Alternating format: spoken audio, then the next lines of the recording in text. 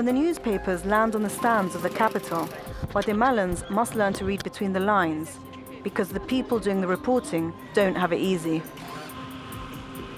Guatemala has been a very dangerous country for a lot of journalists. If journalists feel threatened, they don't feel secure, they won't report issues of extreme importance to the citizens. You say what is happening, but you don't say who.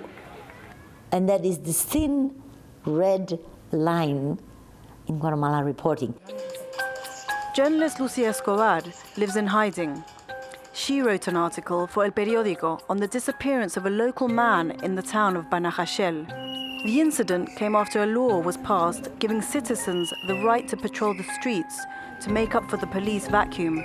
Escobar wrote on how this had led to a culture of vigilantism, where locals were taking the law into their own hands. We spoke to her at a secret location. Entonces como que yo fui viendo. I realized this was an important story, but I kind of set myself on fire by writing it. Y ese día en la noche salió el video. When it was published, the mayor, the commission chief, and the police appeared on TV saying I was a narco and that I would end up on a rubbish heap. Usted merece estar en un lugar en donde va a ir a parar este papel al basurero. Ahí se merece ir a parar toda esa gente que escribe calumnias, que difama sin tener fundamento. Yo estaba en Guatemala, digamos. I couldn't go back. The newspaper said they would back the story, but said it wasn't safe to go back. This is a war, and it's serious, they said. Y es una guerra en serio, pues. Journalist Lucia spoke out. So what happened to her is what happens to you if you speak out and you name names in the bigger Guatemala context. So Lucia Escobar is a journalist living in internal exile. And although the men who made the threats have now been arrested, next time she's going to think twice about what she reports. Before I used to write and nothing happened. But now that my voice is more known, there are more repercussions. So I have to be more careful.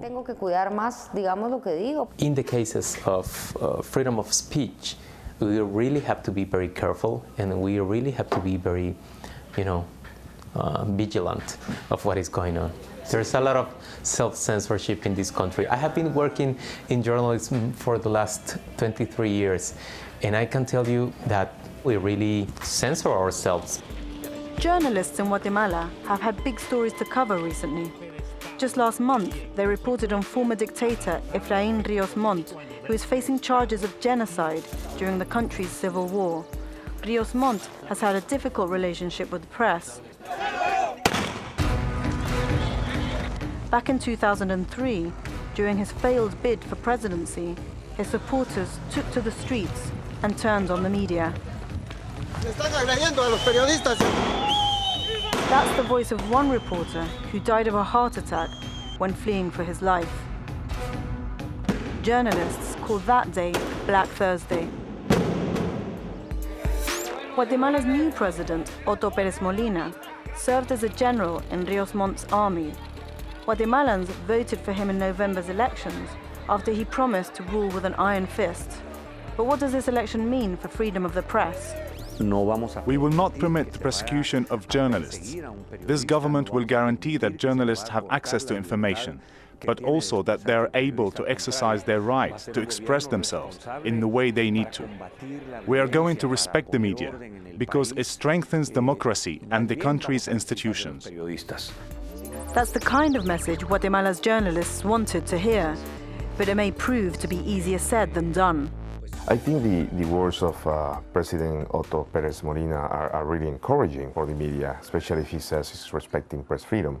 However, we have to look at history, and what we have seen in Guatemala over the last few years is not really respect for press freedoms.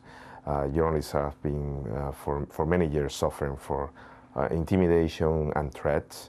I have known him for a lot of time, and we just printed 3 weeks before he was elected president, I guess the most wide and deep story of his public life that you could ever find in Guatemala. We were telling about all the cases that he could be suspect of during the war, which included atrocities and massive killings in the area where he was working at.